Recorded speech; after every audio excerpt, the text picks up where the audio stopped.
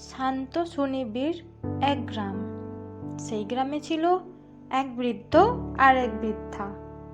তাদের একমাত্র ছেলে, সে থাকে শহরে।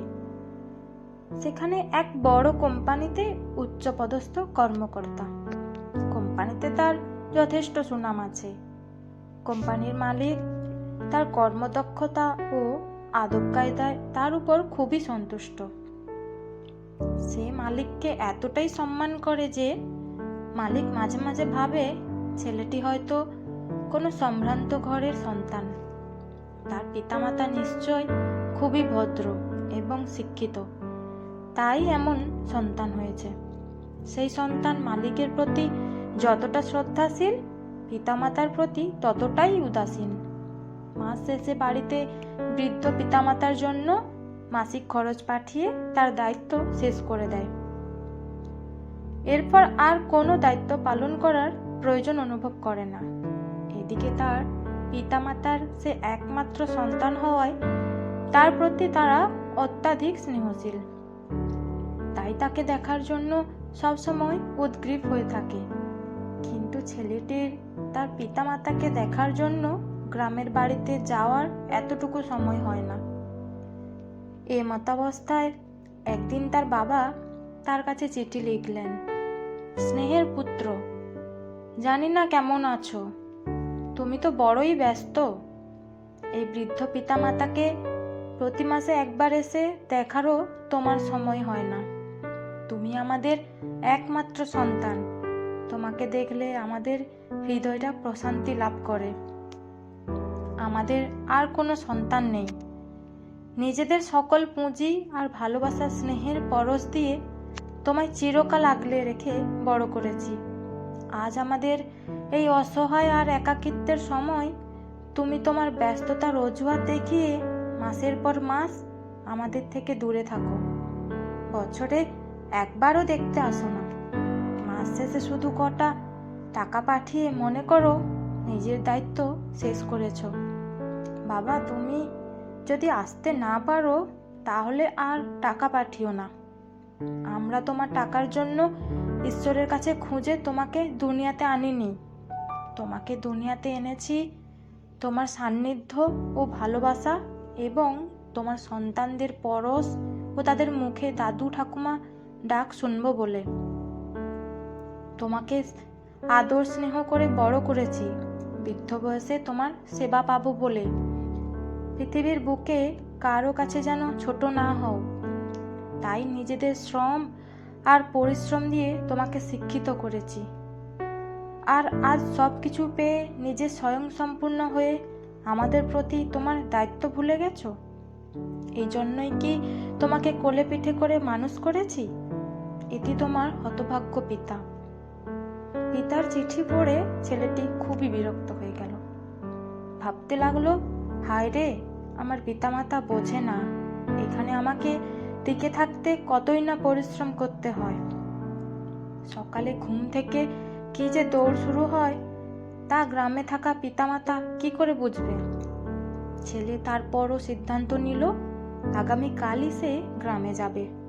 তারপর বুড়ো আর বুড়িকে বুঝিয়ে দেবে কেন সে আসতে পারে না। পরের দিন ছেলেটি তার গ্রামের বাড়িতে পৌঁছল।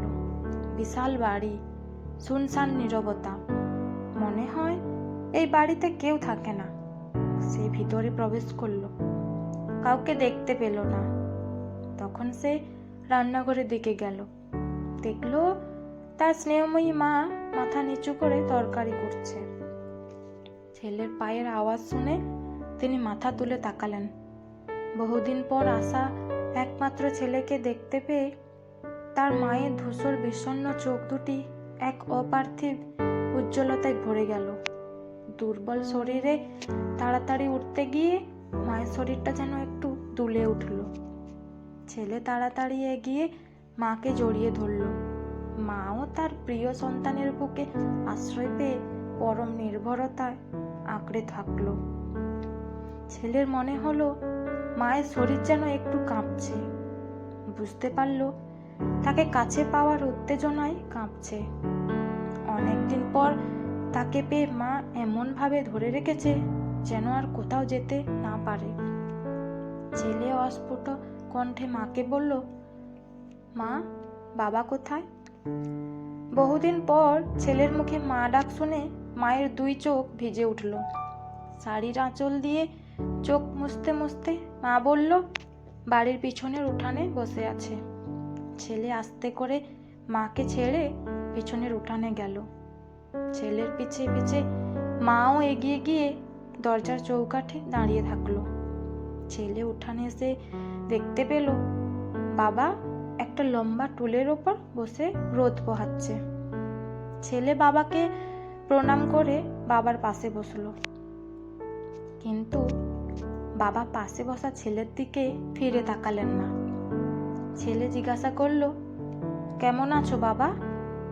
উত্তরে বাবা বললেন, ভালো আছি। তারপর আর কোনো কথা না বলে চুপচাপ কিছুক্ষণ বসে থাকলো। কিছুক্ষণ পর বাবা ছেলেকে একটা কাক দেখিয়ে জিজ্ঞাসা করলো, বাবা, ওটা কি?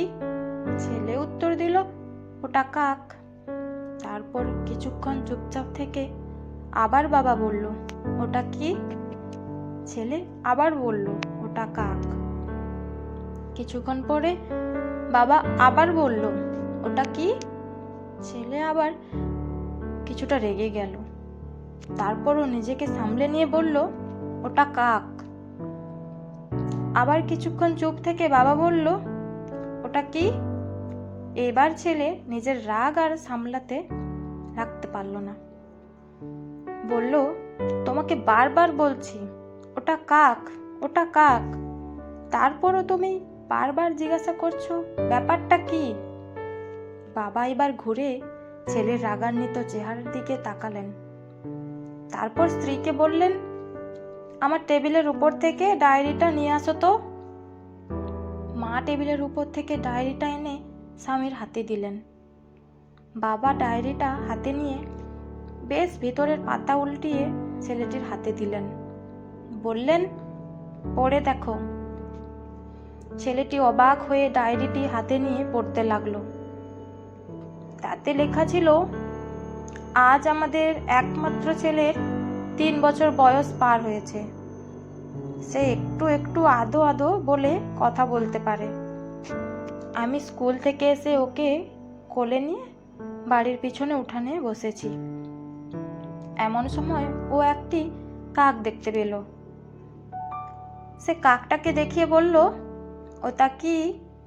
আমি বললাম, কাক। আবার বলল, ওটা কি? আমি বললাম, কাক। আবার বলল, ওটা কি? আমি বললাম, কাক। এভাবে 15 হতে 20 বার সে আমাকে একই প্রশ্ন করেছে। আমি প্রতিবারই একই উত্তর দিয়েছি। ছেলেটি ডায়েরিটি হাতে নিয়ে পাথরের মতো স্তব্ধ হয়ে গেল। তার 2 চোখ দিয়ে অনুতাপের নোনা জল ঝরঝর করে পড়তে লাগলো। মাথা নিচু করে সেই চোখের জল লুকাতে গিয়ে বাবার বুকে আশ্রয় নিল। তারপর বাবাকে বলল, বাবা, আমি আমার ভুল বুঝতে পেরেছি। এমন ভুল আর হবে না। দয়া করে আমায় ক্ষমা করে দাও বাবা। ওদিকে দরজার চৌকাঠে দাঁড়ানো তার স্নেহময়ী মা আঁচলের বাঁধ দিয়েও চোখের জল আটকাতে পারছে না। গল্প থেকে পাওয়া শিক্ষা। আসুন, আমাদের যাদের মা বাবা আছে আমরা ওনাদের সঠিক মূল্যায়ন করি, ওনাদের শ্রদ্ধা করি ও সেবা করি। আর যাদের নেই তারা ঈশ্বরের কাছে ওনাদের জন্য প্রার্থনা করি। আমাদের মনে রাখতে হবে, আমরা কোনোদিনই আমাদের বাবা মার ঋণ কোনো কিছু দিয়ে শোধ করতে পারবো না। গল্পটি কেমন লাগলো কমেন্ট করে জানাবেন প্লিজ।